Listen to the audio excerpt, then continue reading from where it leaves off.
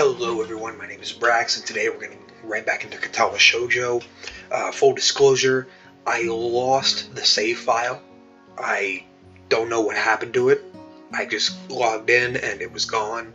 So I just went through my old recordings and I just kind of re-chose all the questions. I did make a small change to one of my answers. I changed one of the answers because a friend told me, hey, that's how you get the good ending, one of this certain good ending. And I'm like, all right, I'll take your word for it. So, yeah, call it cheating. I still don't know what's going to happen. And yeah, we're just going to get into it. I feel very tired this morning, probably because yesterday itself was a very tiring day. On top of that, I woke up far earlier than necessary. After saying hi to Shizune and Misha, I start doing the work as instructed from the board. It already looks like today is going to be heavy. I don't have a problem with that now, though. Shizune and Misha might jump on me trying to get an answer about whether or not I decided to join the student council, even if it's just one day. I wouldn't put it past them to try, and I don't have to answer them, and I don't have an answer for them if they do. So this situation is convenient for me. About 10 minutes into class, Hanako walks in and takes a seat, but no one looks at her. The teacher doesn't even comment on her lateness. He does, however, stop us to say that we're going to break into groups again. I turn my head to see that Shizune and Misha are looking at me. Shizune gives me a smile that is equal parts cute and menacing. This is a smile that says, "We have you now, there's no escape."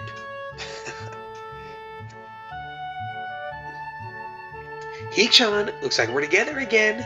Yay, yay!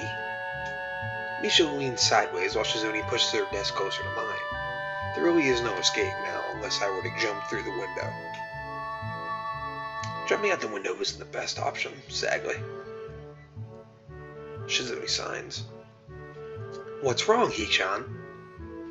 She signs again. Oh, Hee-chan, have you been thinking about what you said yesterday?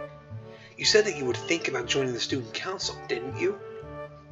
It's okay, Hee-chan. We were talking about it after you left, and it will be rude to expect you to already have an answer for us this early, right? Right. I'm so happy you two were able to have a laugh at my expense, and even more pleased to know that you both know how crazy the two of you can be. Now that that's over, Shizune snaps back into serious mode and smacks today's assignment with the back of her hand in an overly dramatic and important way. When I actually look at the stuff, it's mostly just reading. In fact, there are only 2 problems.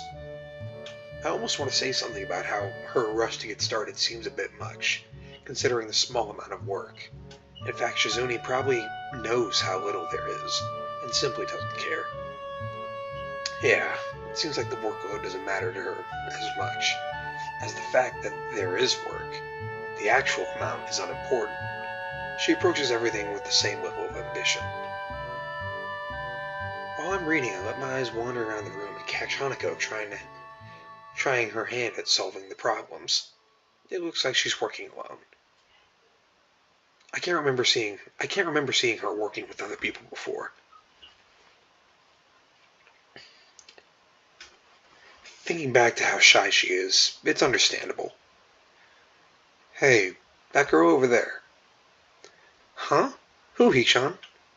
Her, Hanako, over there. Does she always work alone? I think so, Hee-chan. Do you feel sorry for her because she's alone? I was just thinking that maybe she could work with us or something. No, I don't think that would be a good idea, Hee-chan. Why not? Hee-chan wouldn't get along with her. Why? Misha shuffles around the question, letting out a laugh that sounds very strange. It's nervous, but still has that lilting up and down quality present in everything she says. Just because, Hee-chan.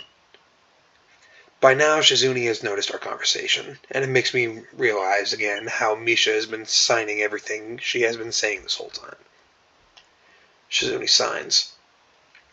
What, Hee-chan? The friend of my enemy is my enemy? That sounds so harsh. I'm not going to say that. You said it anyway. I know. Hee-chan, it's fine if you overhear. I wonder if this is Misha's way of keeping things fair, since without her, I wouldn't be able to understand a thing Shizune is saying, and vice versa. Is that also why she signs all the time, so there's never a conversation Shizune will be left out of?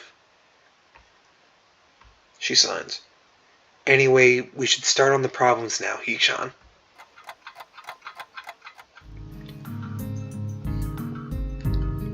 We finish with time to spare, and I decide to ask if there's any alternatives to the cafeteria, as, frankly, the food so far has been subpar.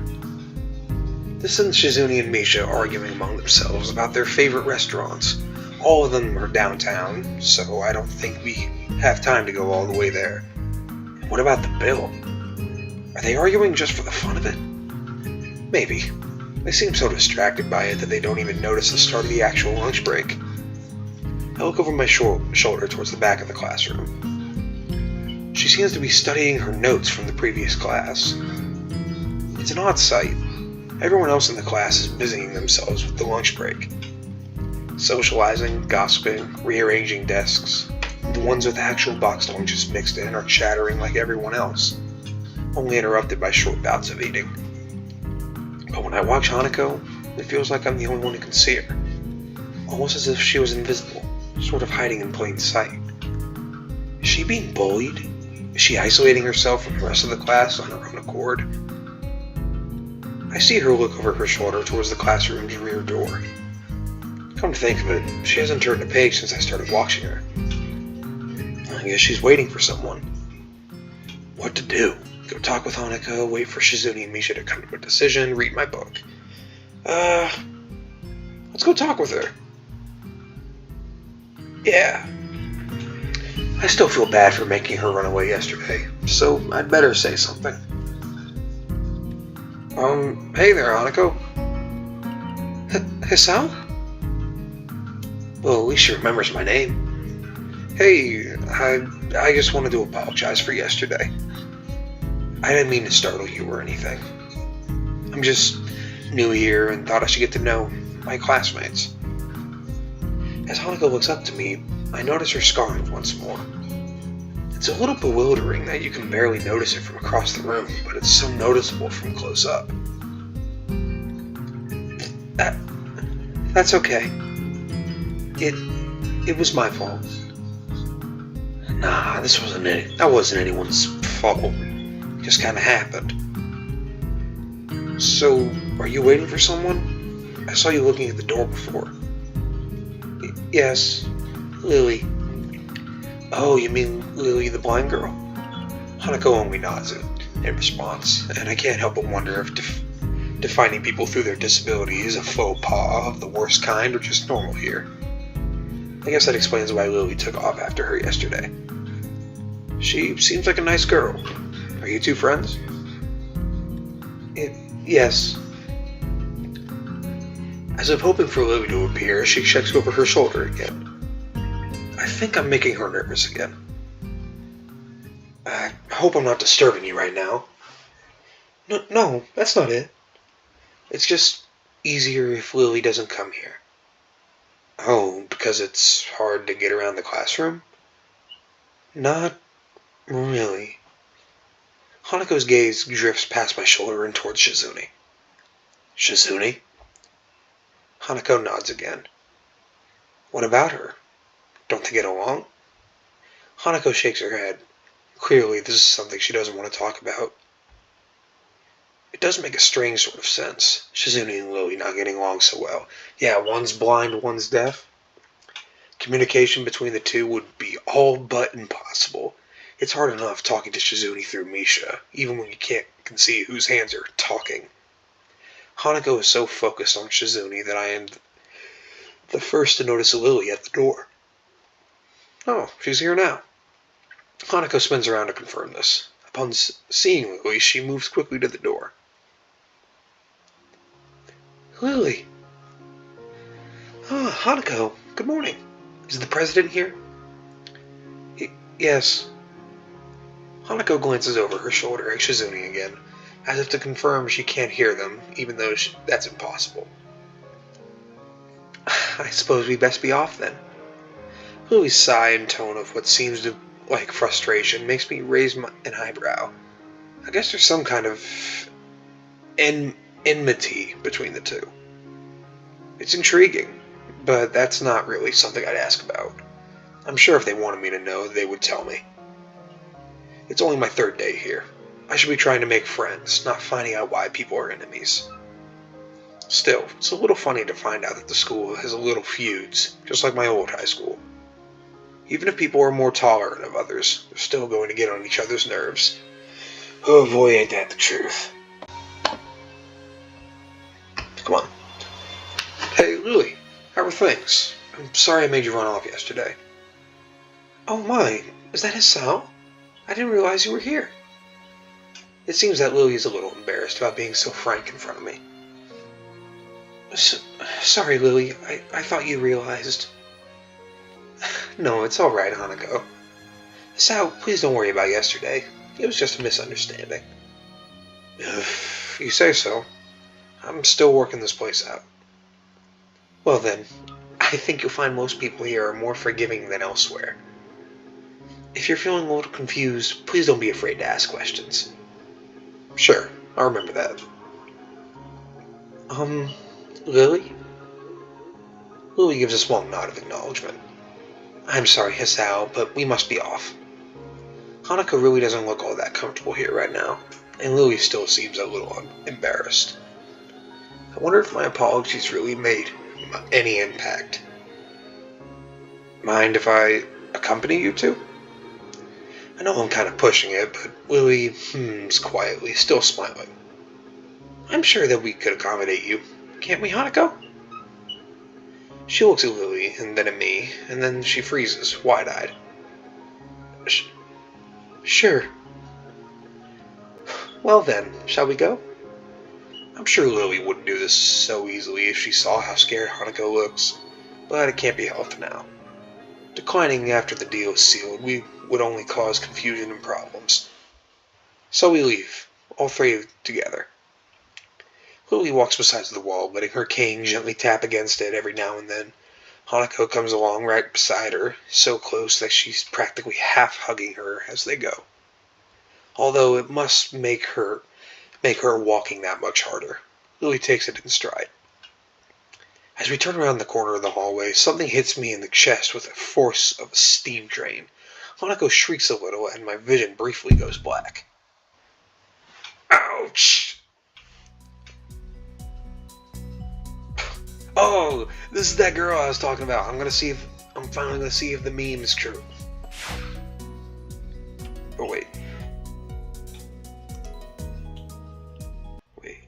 Opening my eyes, I see a pair of saucer-like green eyes looking up at me. They belong to the perpetrator, a short girl who bumped into me and has fallen down onto the hallway floor. She wears a PE uniform and is in a very worried frown. The former strikes me as a rather strange thing to have on during the lunch break. More striking than that, though, she doesn't have legs. Or she does, but they're not flesh and bone. Her pale and very much flesh and bone thighs end in shins and feet made from black metallic or plastic-like material. They look disturbingly artificial and unnatural. It almost makes me forget my chest is hurting. The girl winces a little and rubs her nose and jumps up. Oh man, hey, are you alright? I'm sorry about that, really. I wasn't looking where I was going and you just came out of nowhere. Sorry. She's looking really apologetic, in the hurt puppy way of looking apologetic. I quickly forget about being angry or anything, since hurt puppies are my weak spot. It's okay, don't worry about it. Ouch. Man, in the picture that I saw of this girl, she was like sitting on the ground like she had just bumped into you, and it had two dialogue options. One of them was, Jesus Christ, did your mom give birth on a minefield? Oh no. I say that, but there's a stinging pain growing in my chest, and I know this is about the biggest possible danger for my condition. Don't overexert yourself. Don't forget your medication, And most of all, don't get hit in the chest.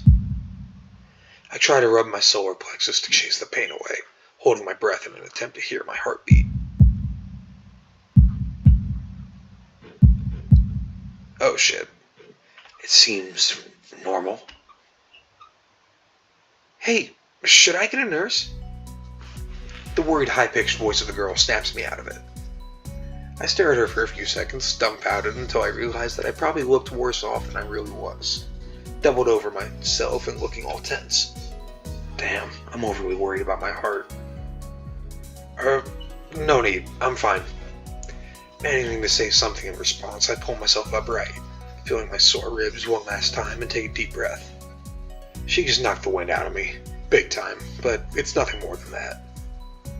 You sure you're okay? I hit you pretty hard. It's okay. I said I was fine. And nothing's broken. No harm done. That's good. Hisao, what happened? She's not quite up to speed for obvious reasons. But she sounds very worried. More than what a situation deserves, really. Someone just bumped into me. Nothing serious, just winded. I'm sorry, it's my fault. I was just going to get some stuff, and I was in kind of a hurry. That someone here is Emmy, isn't it? The little girl coughs quietly and shovels her plastic or metallic feet, looking down at them before saying anything. Hi, Lily, Hanako.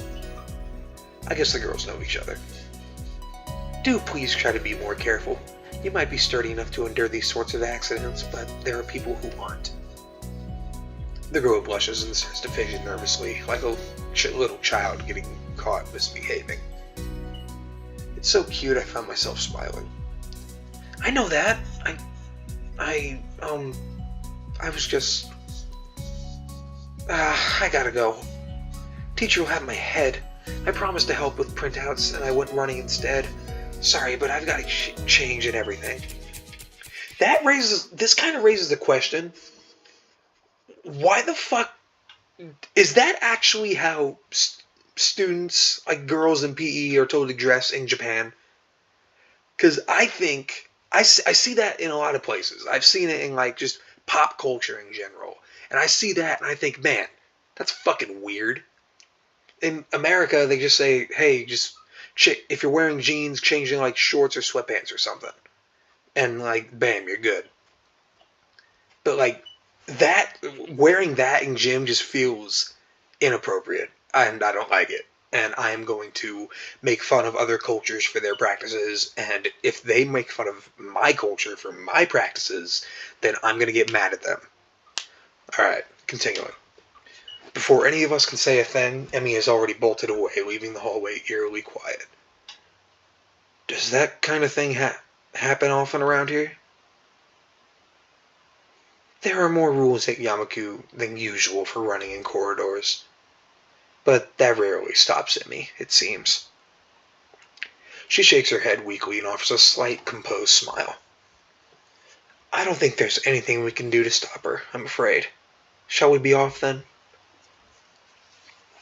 Lily heads off along the hallway, and Hanako hurries after her. The route to the room that the two use for tea is fairly simple to retrace, being still fresh in my mind from yesterday. Lily and Hanako quickly go about the business of making lunch. Before I can even open a small bag of food, Lily's busying herself with a thermos and tea bags as Hanako is setting out both their lunch boxes. So, this is me. So, is this what you meant by coming here almost every day? Yes, Hanako and I usually have lunch here. It suits the both of us, so we end up using this room regularly.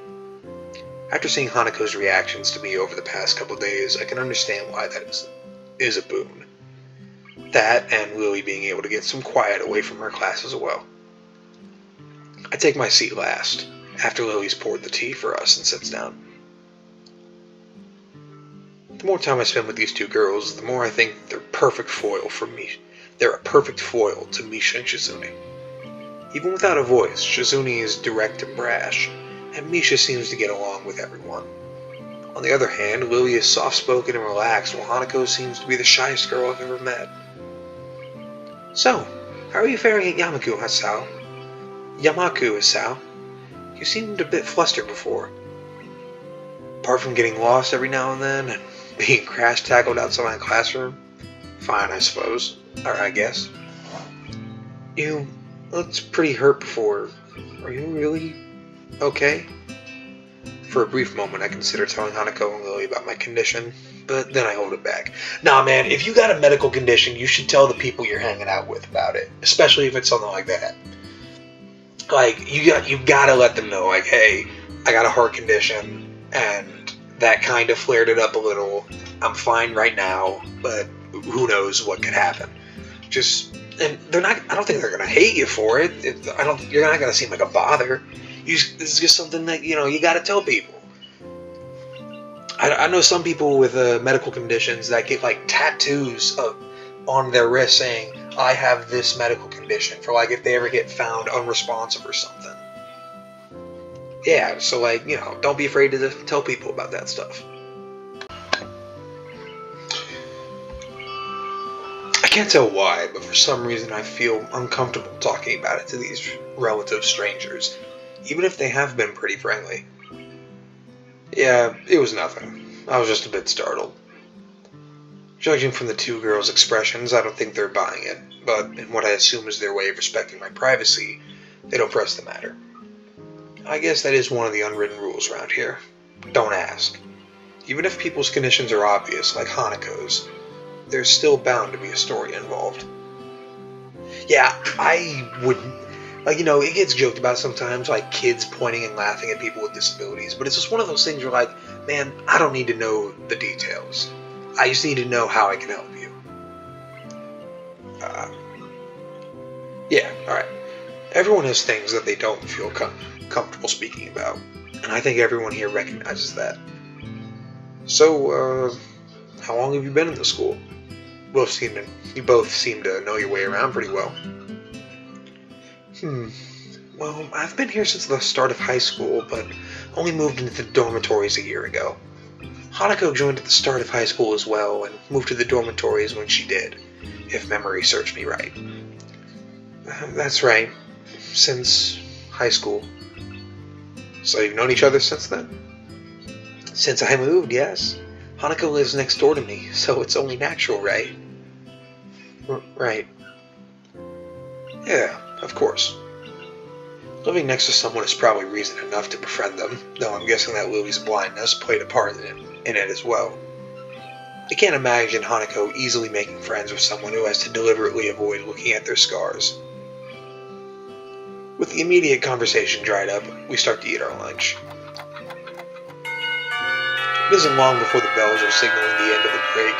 Like me, the girls pack up their lunches as efficiently as they set them out. I guess I'd better be off.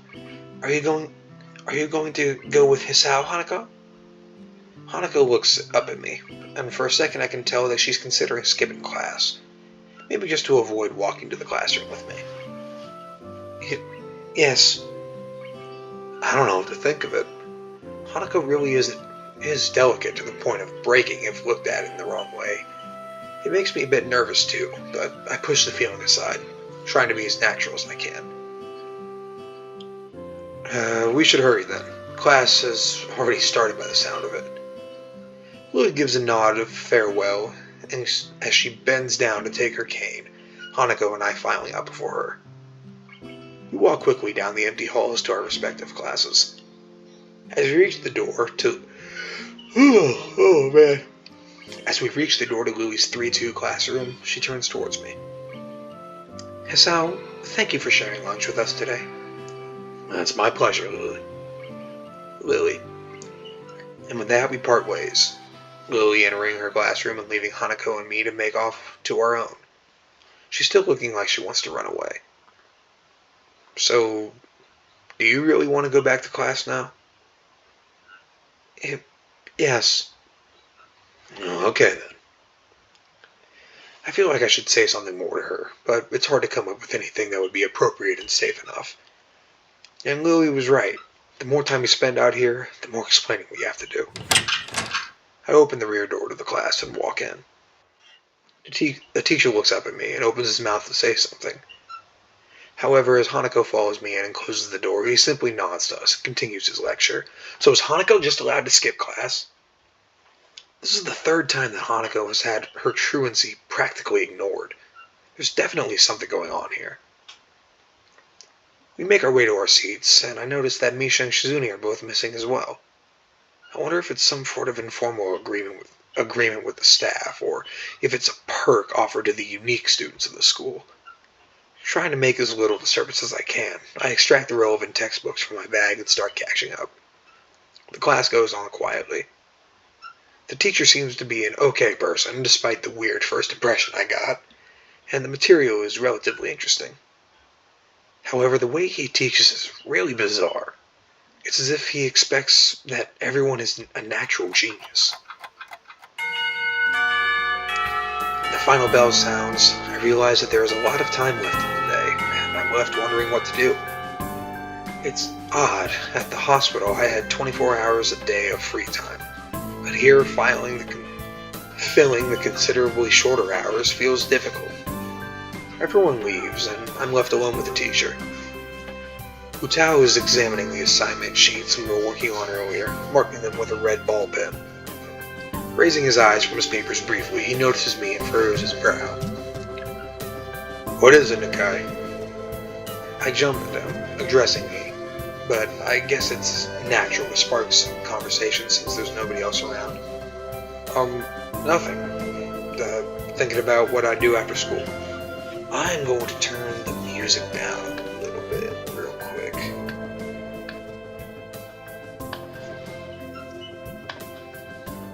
The teacher slowly puts the cap on the pen and he is holding and arranges his papers into a stack, clacking it against the desk twice. He seems very methodical, and for a brief moment I'm reminded of Shizune. But the teacher is more unhurried and relaxed, much more routine. "You have no plans?" No. I considered joining a club, but don't know what kind of club would interest me. Go observe a meeting of someone else's club. Might pique your interest. I guess. But I don't know how to continue from there. Utao looks at me in a way that makes me quickly want to take the words back to avoid a conversation. But I can't, so I have to forge ahead. I just don't know how to deal with people. I mean, the other students. I'm talking to people and everything, so it's not that I'd be isolated or anything. I just don't know what to think about the disabilities. It feels like if I'm being impolite if I pay attention to them, and it's weird to ignore them. Damned if I do, damned if I don't.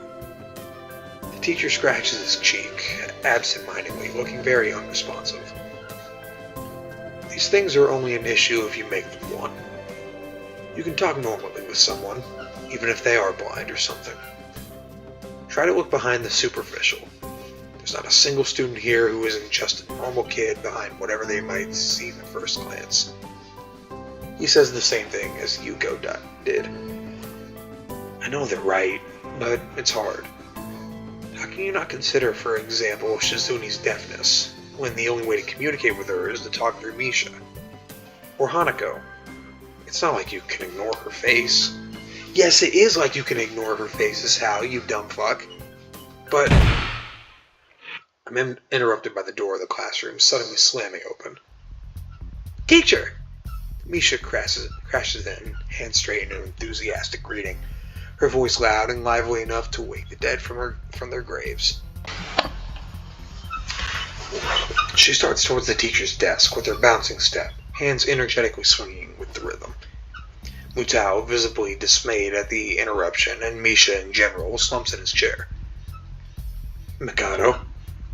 Misha stops in her tracks and looks around cluelessly, as if she's sensing from his tone that something's wrong, but has no idea what. "Yes?" "We have talked about volume control before." "Yes." But she doesn't lower her voice at all, and the teacher just rubs his eyes. "I'm not going to raise my voice. I don't want to be loud." So, what is it? We need help. We are running out of supplies for the festival stands. This is a distress. She waves a pink slip of paper she's holding around. So, go get more supplies from the art room. What's the problem with that? Plywood. Plywood is always the problem. Last time we wanted more and there was only a little. But that time we just took it all and went with that. Now there's like none left there. So, do you know where there is some? I don't understand. How would I know? The president, thought that a teacher would know if there was plywood. Was she wrong? Mutao looks like he is in great pain, frowning with his entire essence, and Misha doesn't get it at all.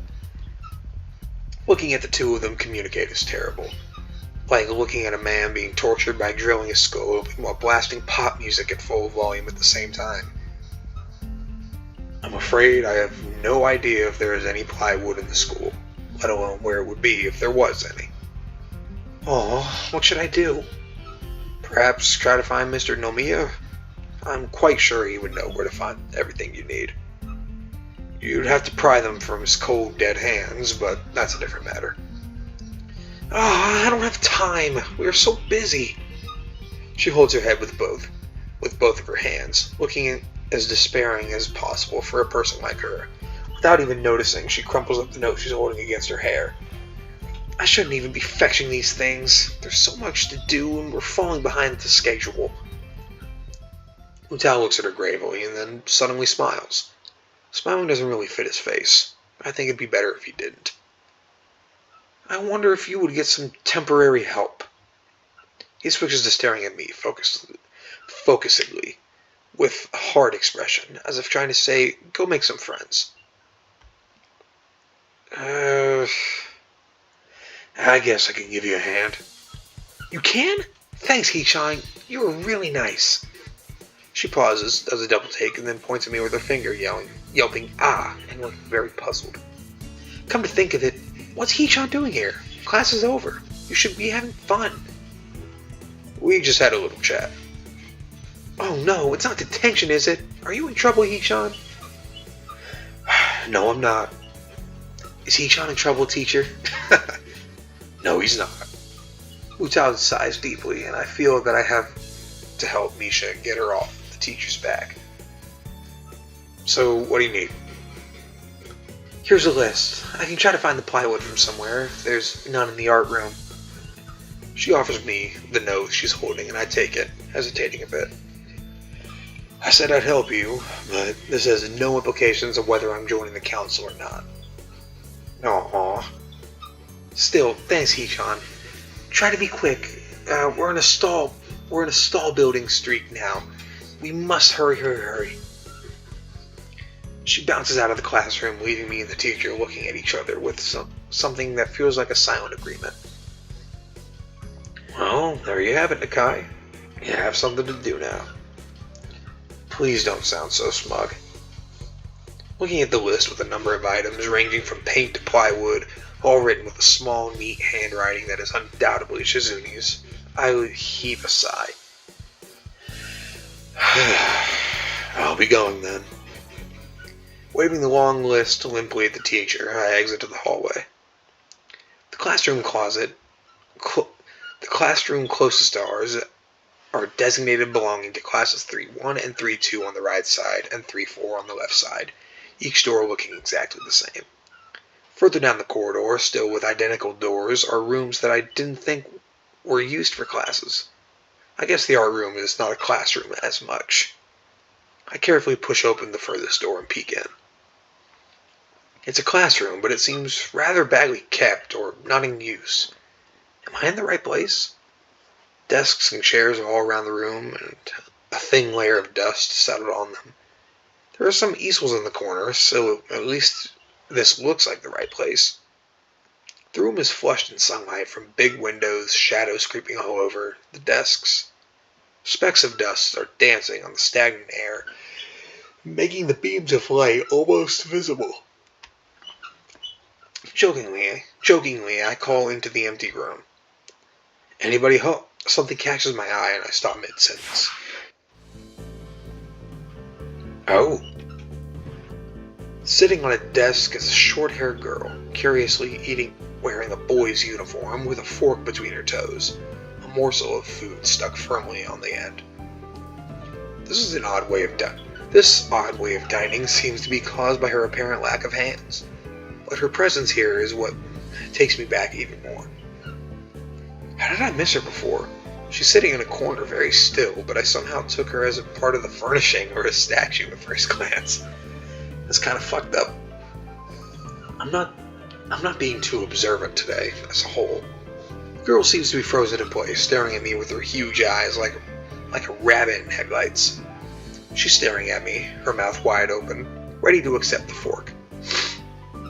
I'm staring at her, my mouth wide open, suddenly remembering I didn't finish my sentence and trying to think if I should. The weird stalemate keeps us both stunned in silence, punctuated by only the wall clock ticking rhythmically. Hello? The girl stuffs the forkful in her mouth and is now staring at me expectantly while chewing. This is a bit awkward. Hello, I was told to pick up some supplies from here. For some festival stalls, I think. I didn't think there would be someone in here. There isn't. That's why I came here too. She picks up another forkful. Doesn't that mean you're here then? She raises her eyebrows as if she was suspecting my observation was false. You are pretty observant. I guess it does. But who are you? The girl is pretty straightforward, isn't she? I'm Nakai. Hisao Nakai. I just transferred in on Monday. I'm Rin. Tezuka Rin. Rin Tezuka. I won't shake hands with you, but at least we know who we are now. That's very nice. Her deadpan manner of talking makes it hard to determine whether she's joking about shaking hands or not. It kind of bothers me. Joking about these matters doesn't feel appropriate at all. Hey man, it's their thing. Like, you can't tell someone how they're supposed to behave about their thing. Well, I'm trying to figure what's appropriate and whether this girl is. She seems to have lost interest in me and is now gazing yearningly back at her food. Can I continue my lunch? If you don't mind me, I won't mind you. If you need to get your stuff, the supplies are at the back. Go right ahead, but lunch? School's already over for the day. What word will you use then? There is no word for a meal you eat after lunch but before dinner, right? It bothers me very much too, but I don't really know what I should say. I don't think you're supposed to eat a meal between lunch and dinner to begin with. But I'm hungry now, and my delicious boxed lunch would go to waste otherwise. I have curry. It's very delicious. With much decisiveness, Ren once again picks up the fork between her toes with at least as much impoliteness. She points it straight at me. So, Nakai, what brings you to this place? Like I said, I was told to look for these things. No, the school. From outside you look fine. Is there a problem inside? I come to a full stop, opening my mouth, but not getting a word out. I can guess. I am good at guessing. Better than most people. Rin cuts me off before I can answer her question, or skirt around it somehow. I don't know which I would have done. I froze in front of this issue again. I haven't even told anyone here about my condition. Or maybe it's only because it hasn't really come up. I do get the feeling that not making issues of this is a part of the social code here, as the teacher said. I wonder if the people here could relate. Probably not any better than any normal person could. I can't relate to Shizuni's circumstances, or Lily's either. Naturally, while I go through this in my head, Rin keeps considering what my condition could be, with an overtly contemplative look on her face.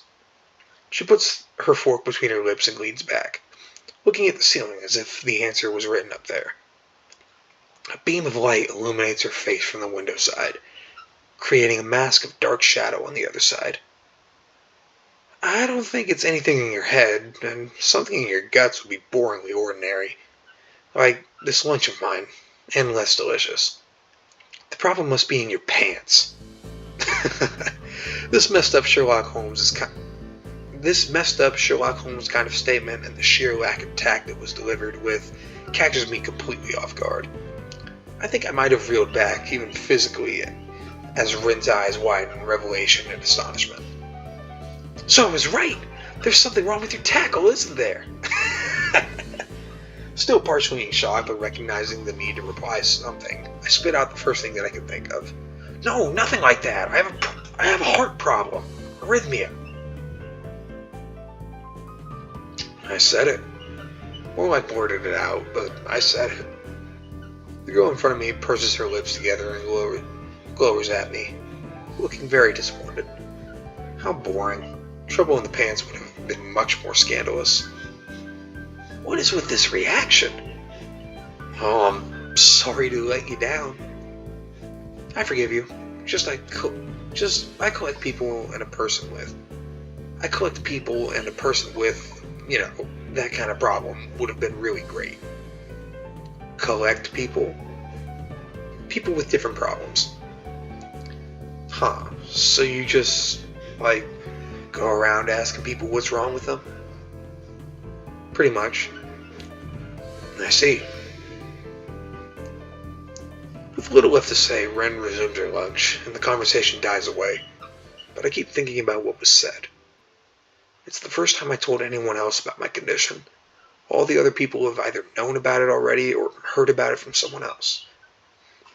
Or didn't need to know about it, like every other student here so far. Should I have told it as a natural part of introductions? Is it expected of me? Hi, I'm Sal, and I have a very serious heart condition. Is that how I'm supposed to go around introducing myself from now on? As if our disabilities would define us. What a disgusting thought. Or maybe this Tezuka girl was just has an unnatural interest in such things.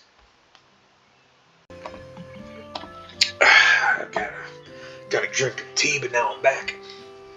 As I walk to the back of the room to pick up the items on Misha's list, a chance opens to study Ren from the corner of my eye. Her hair is burnt auburn, almost orange, and cropped short. Long hair would probably be impossible with no arms. The boy's uniform and lack of arms make her look very thin, almost scrawny. She is not particularly, except for her murky green eyes, which flicker restlessly from below her short bangs, even when she eats. The distance and the shadows make it seem like they don't reflect sunlight at all, but instead absorb all of it within them like deep wells. She moves her feet almost as deftly as a normal person would use their arms. However, I can see how this sight could discomfort people, especially while eating. It makes me feel a bit uncomfortable, at least. I hesitate to think about the word unnatural, but it's too late now, isn't it? I think searching the cabins and shelves for Misha's things. I keep searching the cabins and shelves for Misha's things, but after enough time passes, the silence grows too uncomfortable, so I try to force some conversation out of this strange girl. So, do you always eat alone in this late? Or do you get the occasional visitor? Visitors.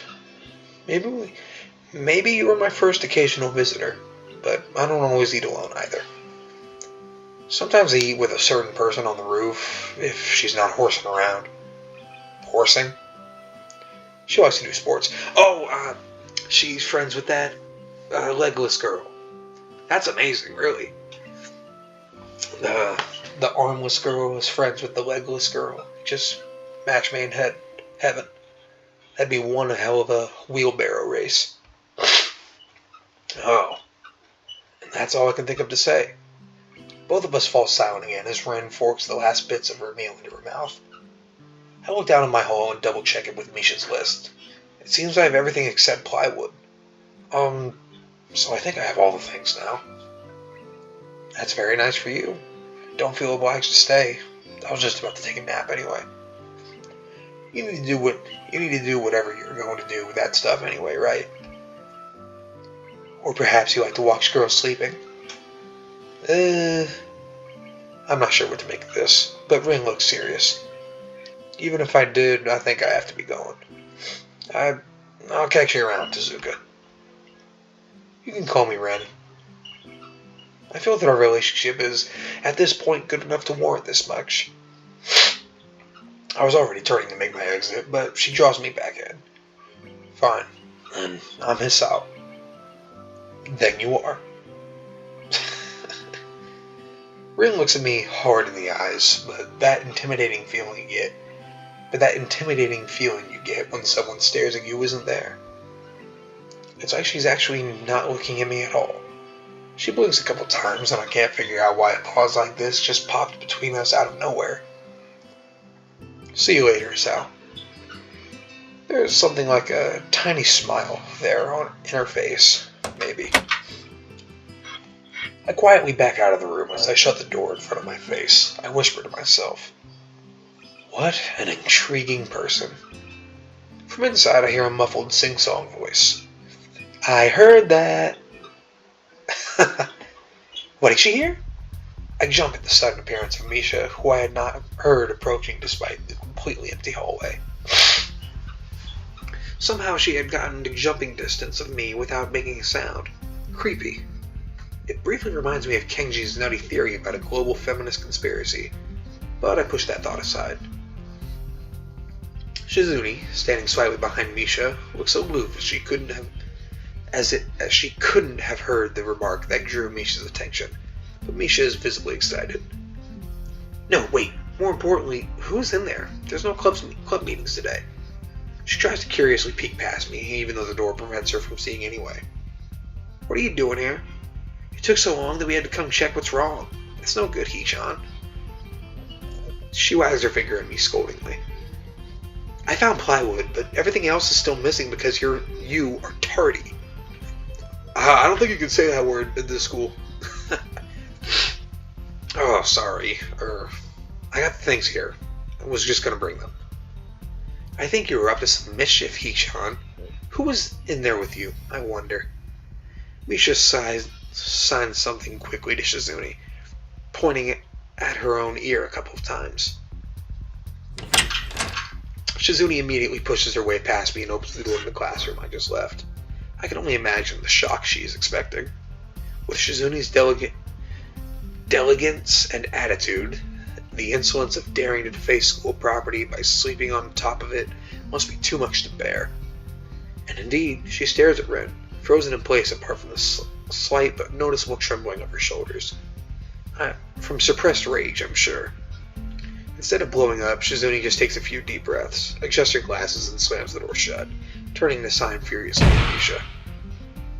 Maybe she did blow up, but I can't understand it.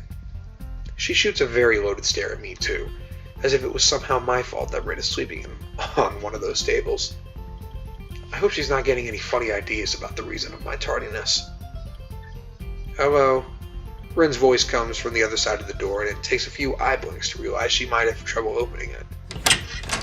I open the door and find Rin directly behind it, looking at us with a half-interested, half-sleepy face that it took me a second to get that she might have trouble. This apart. Hello. Shizune signs. Miss Tezuka, what do you think you're doing? You absolutely are not permitted to use the school property for such disgraceful activity. It sure is suddenly very crowded in here. I didn't know I was this popular. It's hard to say whether she's happy or unhappy about this turn of events. At any rate, she ignores Shizune/Misha's scolding, so they have no choice but to drop the issue. Shizune taps Misha's shoulder and points at Rin and makes some quick signs. Shizune signs. Popularity aside, please don't do that anymore. Shizune signs. Anyway, how is your project going? Will it be done for the festival? Rin looks at them blankly, apparently at ease under the pressure Shizune's cold stare is putting on her. I keep wondering about that myself, too. Shizune signs. And? We'll think about it harder. As Misha signs her reply to Shizune, her face turns into an unsatisfied frown. She signs. Miss Tezuka, please try to take this seriously. It'll be a disaster if the wall looks like someone threw up their lunch onto it. Rin nods assertively. We'll think more seriously. Misha actually giggles at that, but Shizune doesn't. Not even after translation. She just shakes her head, takes the materials from me, and walks off with Misha in tow. Rin frowns thoughtfully as she looks after the retreating student council duo. How rude. It's true, though. I must finish my project before the weekend. There will be dire consequences if I don't. The end of the world as we know it. Like weekends usually are, but more dire. Much more dire. Maybe I'll postpone my nap to unforeseen future. I like her, she's funny. I'm about to ask what project she has and what are these apocalyptic consequences, but she walks back into the art classroom. Since you have nothing to do, would you give me a hand? This paint can doesn't fit in my bag, but I need it. She kicks lightly at the huge can of paint that's lying on the floor next to the table that she was sitting and sleeping on. It lets out a dull clang. Being the gentleman I am, I naturally pick it up. Heavy. Yeah, sure. Where do you need to take it? Away. And with that, she takes off to the hallway, me and the paint can following, since there's little choice for either of us. The hallway is quiet and empty now, with Shizune and Misha gone, so we have to leave towards the stairwell at the other end. How does this girl tie her shoes? How does she put her shirt, just clothes on in general? Does she have like an extra big shirt so she can just leave it buttoned and slip it on? If that's the case, then how does she get her pants on? I shouldn't think about this. Every 10 or 15 or 20 steps, I have to change the can from one hand to another because the thin handle cuts into my palm. At least it keeps my arms from tiring too fast. Rin strolls on beside me with an uneven pace that I have trouble matching. Or maybe I am walking weird because of my extra weight. It seems one of us is constantly walking too slow or too fast, and I can't figure out which. 2 flights of stairs below, trouble appears in the form of the head nurse. At his fox-like grin. Ha, Mr. Nakai! What a happy coincidence! Tezuka-ku! Good Lord. I'm going to take a sip of tea.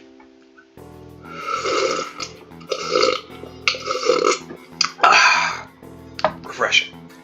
Tezuka too, of course. He nods courteously to Rin, who does not acknowledge him back, and then turns to me because obviously it's me Oh God. Obviously it's me who he had some business with. He nods courteously to Rin, who does not acknowledge him back. He then turns to me. Alright, no. God damn it, I already fucking read that. That's what I get for stopping the recording and then taking like 2 minutes to myself to piss or whatever, then forgetting where I'd come back. Alright, anyways, nurse. There is something I forgot to mention on Monday. I nod and wait impassively because I can't even begin to guess what he forgot. The feeling of the handle delving deeper into my skin doesn't make me feel enthusiastic about this interruption either. It's about your medications. Since you haven't been that long on your current medications, there might be some unexpected side effects, which might require adjusting dosages or even changing to another kind of medication. So we will do a few tests regularly, and what I'd want is for you to keep an eye on everything in your condition that feels off, if you get what I mean. Nausea, headache, anything. And come see me if something happens. Alright. So, how are you? Everything fine? I give up and drop the can to the floor before answering him. Apparently this takes longer than my biceps can handle. Ha! Fucking pussy! I'm about to say something generic as an answer, but then I realize how often I've done that lately. Other people have asked me that too. Teachers and students here. My parents, visitors, nurses, doctors at the hospital. Everyone seems to be so concerned about that. It's natural for a hospital, not so much for a school. Except this school. This is a small school, and both the student base and the faculty seem to be very tightly knit. At least that's the feeling I'm getting. And this is not the kind of school that gets transfer students too often. Thought sends shivers up my spine, but I give a generic answer anyway. That's great! Also, one other thing. My sources tell me that you've been at neither the school track or even the pool, so I'd like to know if you've taken up exercising like I asked. Of course I haven't, but this way of inquiring gives me the feeling that I should have been running my ass off on the track since the very first day. You have people spying on me? Not as much. I just happen to know a few people, but that's not the issue here, so don't try to slip out of it. Well, I was actually just doing some improvised weightlifting as an exercise. I pick up and lift the can up and down a few times, like some sad imitation of a bodybuilder, even though it's weighing down on my arms painfully. Yeah, he's nothing like me. I'm fucking ripped. I'm a fucking hunk. I'm definitely not some fat loser. The stupid grin disappears from his face for a second and then comes back like it was never gone. Tezuka, would you give us a second? The nurse grabs me by the shoulder without waiting for Rin's permission, which he didn't need in the first place, and drags me aside. When I told you to exercise, I wasn't joking. I understand that you're still on your first week and all, but please don't ignore the importance of this. The reason I'm coming down this hard on you is that habits are not easy to form. The more you slip and postpone, the harder it'll be. And the same with everything like dieting. Can you promise me to be more serious about this from now on? Does this question matter?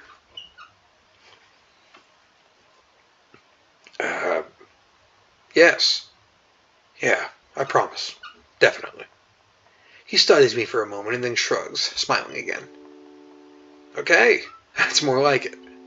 If you go to the school track tomorrow morning, you'll meet my spy, who probably has no qualms offering consultation to you if you want to jog a bit. Consultation? See you around. He leaves with a wave of his hand and no answer, and I walk to Rin, who has been waiting, idly leaning against the hallway wall and staring at the pale lighting fixtures in the ceiling. Even when I approach, she doesn't move her eyes off them. Are you getting medications for your heart thingy? Were you listening? It comes out more accusatory than I intended, accidentally lashing out on her. But even so, I don't really want to start talking about it. I just met her, and I don't know her. It's not her business. The nurse seems to be happily ignorant about confidentiality, too, talking about that kind of thing in public. But it's not Rin's fault, is it? I look up at her, suddenly feeling a bit guilty, but Rin is just staring past my shoulder quizzically, her head tilting like a bird's. Sigh. I don't know why this is so hard for me. It feels like there is some inexplicable lock that prevents me from being more upfront about this. Yeah, they're for my heart. Will they make you better? No, not really. They just make me a little less worse. Rin keeps looking at me for a while longer, and she neither says anything further nor displays any kind of emotion I could discern. I'm thankful that she doesn't. I think I'm not quite used to all this. At the hospital it was easy, but I still haven't sorted my feelings about having to live a normal life with this disability. We leave the main building and Rin leads us on towards the dorm. We stop at the small patch of greenery in front of the dorm building. The dorm is built on a slightly elevated ground with a wall and a few trees everyone has to circle around every time they come or go. It's probably the only inconvenient design in the school. The entire wall is made of the same kind of bricks as the building itself has been covered with some sort of painting. Most of it is still mere sketches, quick lines drawn with black and white against the gray plastering that covers almost the entire length of the wall, but some places look a bit more finished. There are human faces and legs and hands. I can't quite say what the painting as a whole might portray. Stacks of what seems to be paint cans are arranged in piles on the ground beside the wall. See, the left side is hardly off the ground yet. It's because I couldn't get in the mood yesterday, so I gave up and went to meditate instead. Then it was suddenly morning. I have to work on it, but the guys from art class are helping with the negative spaces and base surfaces, whatever, which is a problem. It's easier to paint big areas if there aren't a lot of people with hands. The reach is better, and it's faster too. She goes on a tangent, waving a little with her arm, or whatever of it there actually is, Jesus, to demonstrate even though I got the point already. The white cotton on her sleeve flaps around, and it makes me think that it could look sadder than it does. But it makes me feel out of place, like almost every tangible reminder of the student bases. Special properties has in the past few days. This girl doesn't notice my dreary feelings, of course, or the fact that she lost me a while ago already, and just keeps on blabbering. So that's why I'm trying to figure out if there's something I need to figure out, and then figure that out before it's too late and all hope is lost. Why would hope be lost? Because paint has to be painted, and then it has to dry, and then it has to be painted over with another kind of paint. It takes time. She finally stops, apparently thinking she made some kind of statement that makes sense. I think it's best to start from the top. So, this is your project? You did this? Yes. Yes. All of it? Yes. Nice, but I stumble with my words, suddenly feeling like I've walked straight into a minefield of a political incorrectness. It's okay. You can say it. I probably won't get mad. I blush really hard. I don't really know what would be the right thing to say, if any. It feels that I'm way more sensitive than Ren is, though. This is really awkward. Don't you want to ask? How do you paint without hands? See, I'm an easy person to talk to, right? With my feet. I almost guessed that already, but isn't that hard to do? You're good at guessing. Anyway, I don't think it is, but maybe I'm used to it by now. I can't get my mind around the fact that she could be an artist, but seeing how adept she was at using her feet to eat, I figured painting might not be a problem either. Neither of us has anything more to add to the subject. The afternoon light works pretty well. I was afraid it would look too flat, but it's not like that after all. I think it's actually pretty interesting. I wanted to see what it looks like in the dim light. Do you think it's flat? Well, paintings tend to be flat. Not like that flat. You know, flat, like some people are. No substance, no meat, where there should be some. I know a few... Wait. I want to see some. I know a few girls who... Okay, I get it, but I couldn't really tell. I'm not that good with art. I can't name many artists or artistic terms, so I don't really have anything to say. Ring shrugs her shoulders at that, saying, suit yourself. But without saying it, he looks up at the sky as if trying to look up for something up there. I didn't think I'd get any actual work done but if you give me a hand with the paints, I could do a little before it's too dark. I wanted to get a halogen lamp, like the ones they have at the sports track, but there aren't any. Ring sure is quick to recruit my help, as was Shizune. It really makes me feel like the festival is such a big project that every pair of hands is needed. Why not? I'm not sure if I can be of any help, though. It's just mixing some paints. You can do that, probably. Do you have motor control problems, like, those people who have some? Cerebral palsy, maybe? Not that I know of. I get it. Heart thingy has nothing to do with that. She gives me a sly look for no reason. No, it doesn't. Let's do it then. So she sits on an empty wooden box and very naturally picks up a wide brush between the toes of her bare right foot. I open a few of the cans and pour some of the contents into a shallow bowls of mixing. The thick paints flow lazily from the can to the bowl like syrup. I mix them, creating funny, hypnotic-looking swirl patterns that melt quickly into each other to form a new monotone hue. Rin sets to work, every now and then asking me for a hand with something or the other. Finding different brushes is easy enough, but mixing the paints to be the exact tone this girl is apparently seeing in her head is a frustrating ordeal. She wants precision down to the last millimeter before she is satisfied, but her instructions are obscure at best. And half a splash of green. I crouch down and pick up the can of bright green. The other green, this green. I carefully pour some of the other green paint into the mixing bowl. No, that's almost a whole splash. More white. Is green a good color to add? No idea. You're the artist here. A hint of a smile appears on the corners of her mouth. Do you lack an opinion? No, it's just that I have no idea. It's okay, because I've got an idea. Add more white. With this exclamation, I pour a minuscule amount of white into the bowl and mix it. It looks slightly whiter.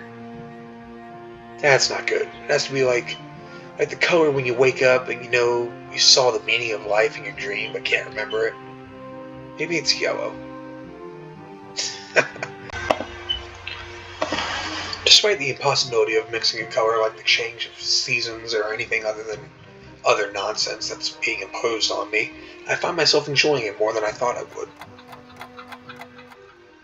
Seeing a painting being born on the plastic wall feels like magic. I spend the moments I have between mixing paints crouching down on the paving and just looking at her work. It feels slightly intrusive at first, like breaking some imaginary intimacy, but Rin doesn't seem to mind the least bit. Maybe it's just in my head. Her entire presence emits a completely different air as she patiently works the details, adding layers of paint on top of other layers of paint, steadily moving her foot across the wall to add new shapes. When I manage to produce a passable mixture of the paint, the rare smile on her face is oddly rewarding. Apart from the few words when discussing paint mixes, neither of us says a word for the longest time. And even those short discussions soon evolve into a shorthand, both of us developing and using weird impromptu code words for various paints and hues. As if there was some need to conserve words and breath and sound. We stay there late into the evening until it becomes too dark to paint properly.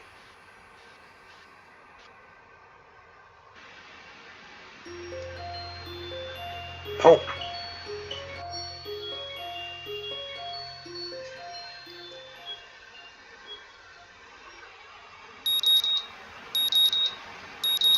The sound of an alarm pulls me out of a fitful slumber and into the unpleasant state of wakefulness.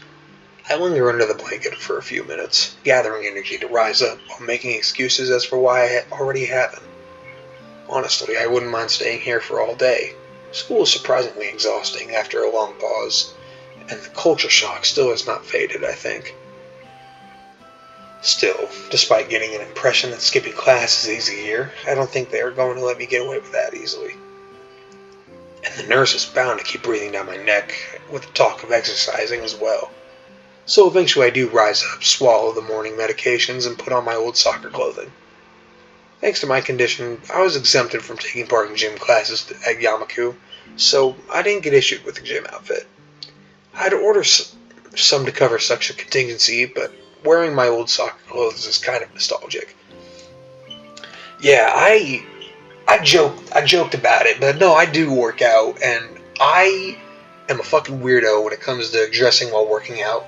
I do like strength training stuff, and I am totally comfortable wearing jeans while working out. I know I look like a retard doing it. I know that I shouldn't. I usually wear shorts, but every once in a while I'll be in jeans and I'll be driving like home from work or from a friend's house, and I'll be like, you know what? I'll go to the gym for a little bit. Yeah, I'm wearing jeans, but who fucking cares? I pay for the membership. I can wear what I want. Yeah, no, like, But yeah, no. For shit like soccer and running, yeah, you definitely want like shorts for that. After all, I'm going to start taking care of myself. I can't afford to slack around. I'll start from the basics. Basics which include keeping the rest of my body in shape along with what little I can do to strengthen my heart. Maybe then I can go back to something approaching a normal life, or at least something where I'm less likely to fall over dead at any minute. Alright, I'm surprised to discover that I'm not the only person at the track. Not just that, but it's a face I've seen before. The prosthetic leg girl who bowled over me in the hallway yesterday is running on the track lethally, like a half-mechanical gazelle. What was her name again? It was a short one, but I can't remember. She seems to be running laps at a somewhat easy lope, her prosthetic legs clacking rhythmically on the hard track surface. I wonder what reason she has for running this early in the morning. Maybe it's something akin to mine, and the nurse is pressing the poor girl to jog just like he is pressing me. I certainly wouldn't be here if it weren't for my health, and it's prompting me to do so. And even with things being like they are, it's only because I wanted to get out of the way early. The fact that I would be less likely to encounter someone who witnessed my pitiful attempts to get in shape was merely a happy accident. I'd leave, but it seems that my former assailant noticed me on her last lap. She waves at me cheerily and jogs over. Good morning. Your name is Sal, right? I'm actually going to end it there. Like, I am exhausted. Ooh. So yeah, I am super digging it. I love I love these visual novels. This seems to be like a classic one. I don't hear too many people talk about it, but boy, do I when I see people talk about it, they have it in very high esteem. So yeah, it's great. And like I said, it's still free if you want to finish it, play it for yourself. And with that being said, thank you so much for taking the time out of your day to stop by and watch one of my videos. It truly means the world to me. So yeah, may God bless you, and please have a wonderful night. Bye-bye.